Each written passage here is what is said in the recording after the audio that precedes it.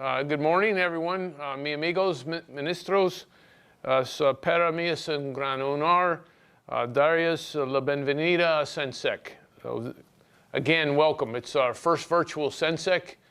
We're here to talk about some very important issues. And I've got with me Master Sergeant Gomes, representing our senior enlisted. Master Sergeant Zicafus couldn't be with, or Sergeant Major Zicafus couldn't be with us today.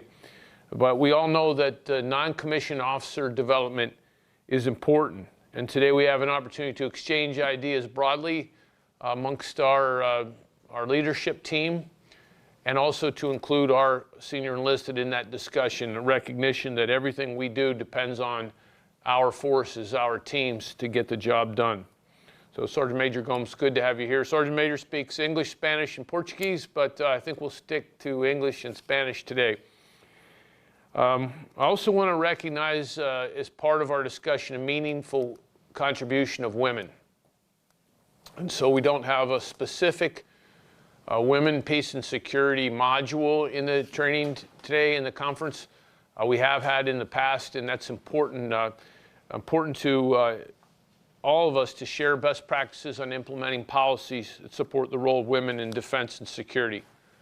And I know for all of us, the Sensec, which we were going to have here in Miami, but virtually is the next best thing, it's well timed for all of us. The threats to our neighborhood are becoming more complicated and ever evolving, and those threats include the COVID-19, as well as the transnational criminal organizations, narco-terrorists, and in upcoming hurricane season as well poses threats to all of us.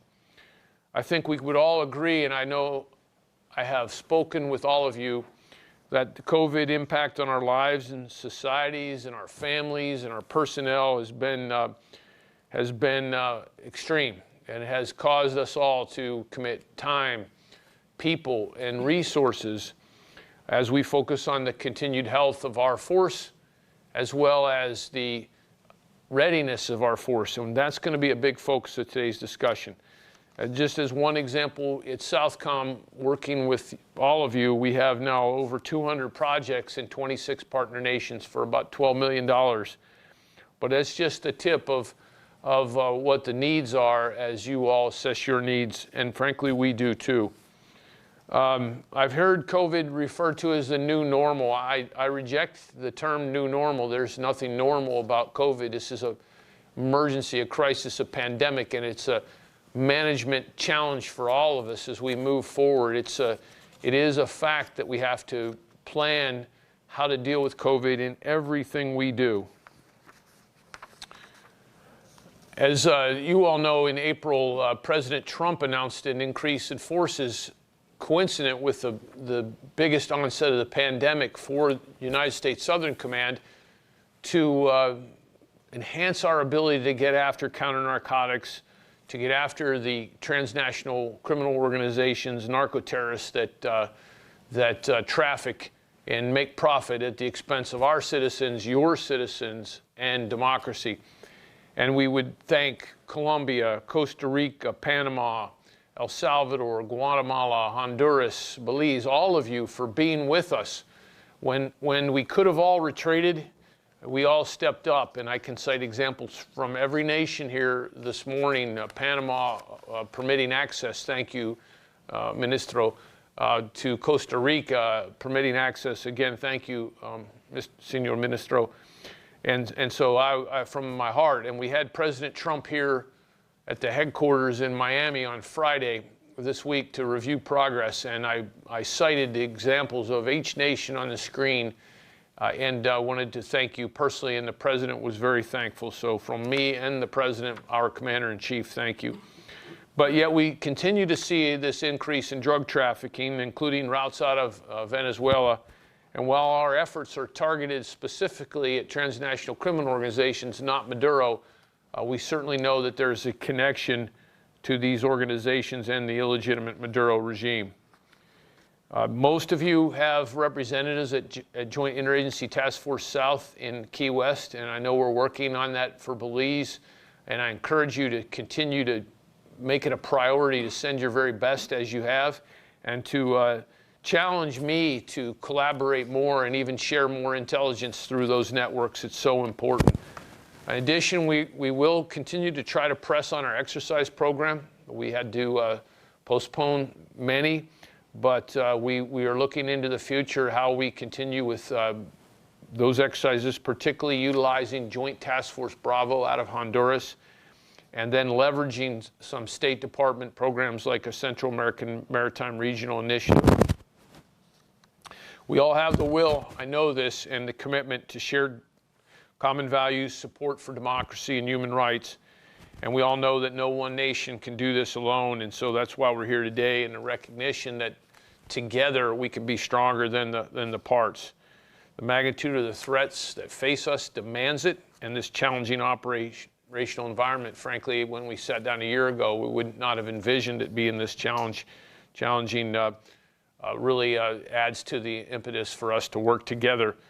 And of course, importantly, like I said Friday, my dad in Western Pennsylvania, all of our citizens demand it, right, Sergeant Major? Your mom in Brazil demands it. We do have challenges from other nations, and I recognize that when China comes and they offer support, that it's a political decision. But I also recognize that like-minded democracies like the U.S. and your nations work best together when they share values and respect for the rule of law, human rights, sovereignty, and equality in our workforce. We talked about exercises. We've talked about the importance and impetus that we must work together. And so I'd like to propose a shared goal for today. It's just a few hours, but we walk out of here with some action items and some consensus on how we're going to strengthen our cooperation and how we're going to strengthen our ability to work together to get at these security challenges, particularly in light of COVID-19. It doesn't always have to come, this assistance working together, in the form of resources. It can be the exchange of good ideas, and we welcome those. Many of you have implemented some really important policies that have kept your nation safe, or leveraging our private sector. But it's a must-do that we get after these security challenges.